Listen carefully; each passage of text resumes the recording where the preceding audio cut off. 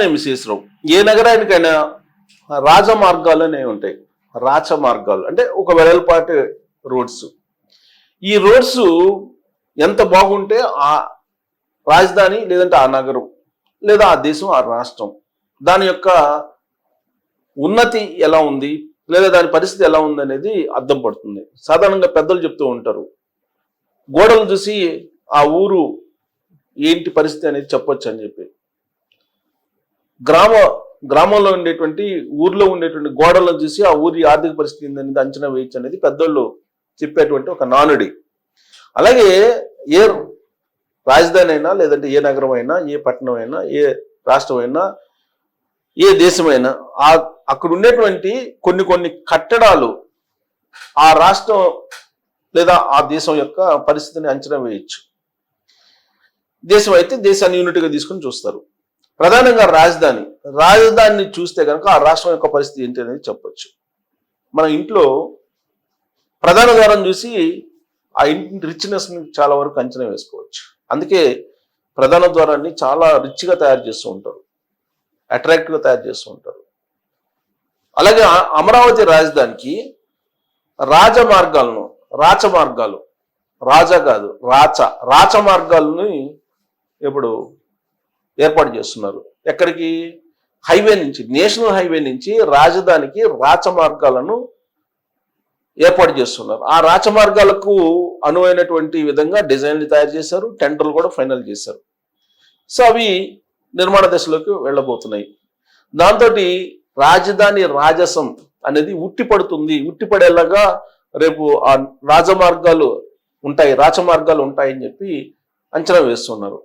అందుకే ఆ రాచమార్గాలకు సంబంధించిన టెండర్లు ఎవరు పాడుకున్నారు, ఎవరు దాన్ని నిర్మించబోతున్నారు, దాని వెడల్పు ఎంత, ఇవన్నీ కూడా చర్చకు వస్తున్నాయి.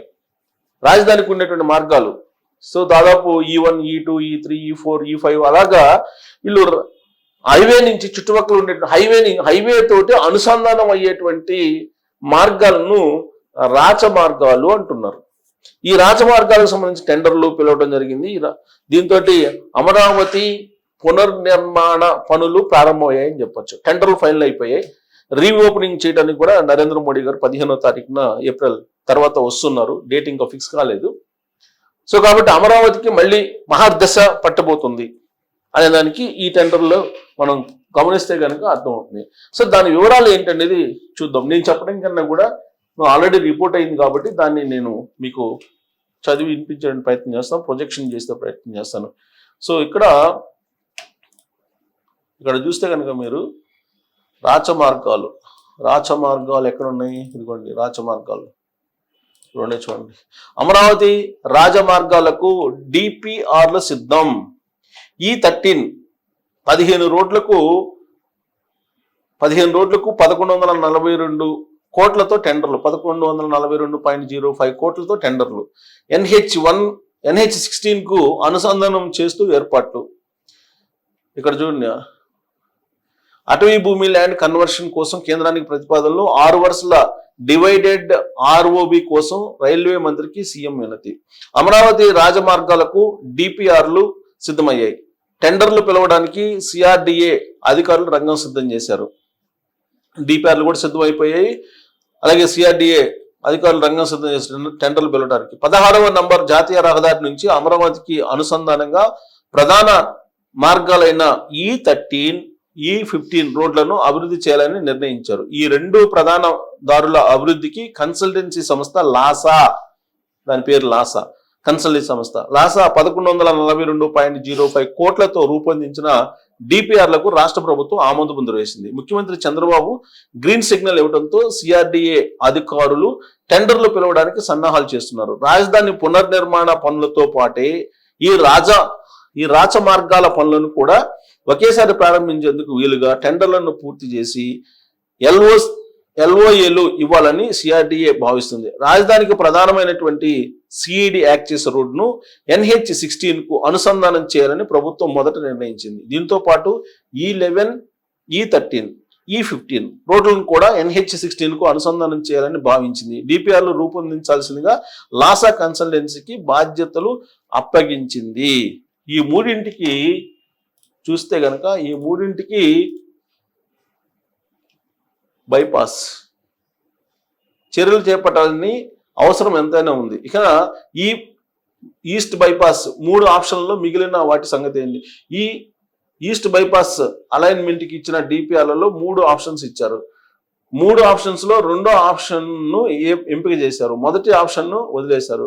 మొదటి ఆప్షన్లో ఎక్కువ నిర్మాణాలు ఉన్నాయనేది జాతీయ రహదారుల సంస్థ అధికారులు వాదనగా ఉంది. రెండో ఆప్షన్లో మాత్రం వ్యవసాయ భూములు ఎక్కువగా ఉండడం వల్ల భూసేకరణ వ్యవహారాలు తేలిగ్గా ఉంటాయని ఎన్హెచ్ చెప్తుంది. మొదటి ఆప్షన్ కంటే రెండో ఆప్షన్లోనే ఎక్కువ భూసేకరణ వ్యయమవుతుంది. అయినప్పటికీ ఎన్హెచ్ అధికారులు ఆప్షన్ 2ను ఎంపిక చేశారు. మిగిలిన ఆప్షన్లను గమనిస్తే ఆప్షన్ 3 అనేది పూర్తిగా ఔటర్ రింగ్ రోడ్డుకు సమాంతరంగా అలైన్మెంట్ సాగుతుంది కాబట్టి దీన్ని వదిలివేయవచ్చు. ఆప్షన్ 1లో పరిశీలించదగిన ప్రత్యామ్నాయంతో పాటు మరో సమస్య కూడా ఉంది. ఆప్షన్ 1 అమరావతి ఇన్నర్ రింగ్ రోడ్డుకు సమాంతరంగా ఉంది, అందువల్ల ఆప్షన్ 1ను పరిశీలించాల్సిన అవసరం లేదన్న వాదనలు కూడా వచ్చాయి. సో ఇన్నర్ రింగ్ రోడ్ని ఔటర్ రింగ్ రోడ్ని ఎలా ఏర్పాటు చేయాలి అనేది ఇక్కడ మెన్షన్ చేశారు. మొత్తం మీద రాచ మార్గాలను 3టిని ఫైనల్ చేస్తూ డిపిఆర్ కూడా రెడీ అయిపోయింది.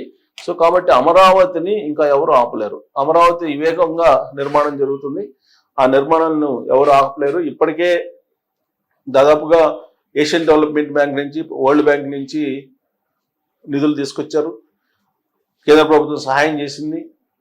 వీటితో పాటు మొత్తం 60,000 కోట్లు సుమారుగా ఏ రూపంలో అయితేనేమి 60,000 కోట్ల రూపాయలను తీసుకురావడం ద్వారా దాన్ని పునర్నిర్మాణం పనులను ప్రారంభించడానికి టెండర్ల రూపంలో టెండర్లు కూడా వేస్తున్నారు. 60,000 కోట్ల రూపాయలతోటి ఈ డిసెంబర్ నుంచే పనులు ప్రారంభించడానికి మొత్తం సమాయత్తం అయింది దాదాపు 2 నెలల క్రితం.